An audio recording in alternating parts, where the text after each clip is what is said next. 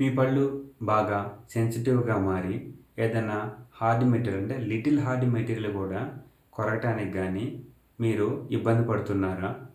So, వాళ్ళెవరో చెప్పారని ఆ పేస్ట్, ఈ పేస్ట్ వాడడం కంటే దాని యొక్క మూల కారణం మీద మనం దృష్టి పెట్టాలి. మనం తీసుకునే ఆహారాన్ని అరిగించుకునే కేపబిలిటీ సరిగా లేనప్పుడు మన శరీరం మన పళ్ళ నుంచి, మన శరీరంలో ఉన్న ఎముకల దగ్గర నుంచి మిగతా పోషకుల్ని తీసుకొని అరిగించుకోవడానికి ట్రై చేస్తుంది. అది దాని యొక్క ఫలితమే ఎసిడిటీ. సో, అందుకే మీరు తీసుకున్న ఆహారం సరిగా అరగకపోతే ఇలాంటి సమస్యలొస్తాయి.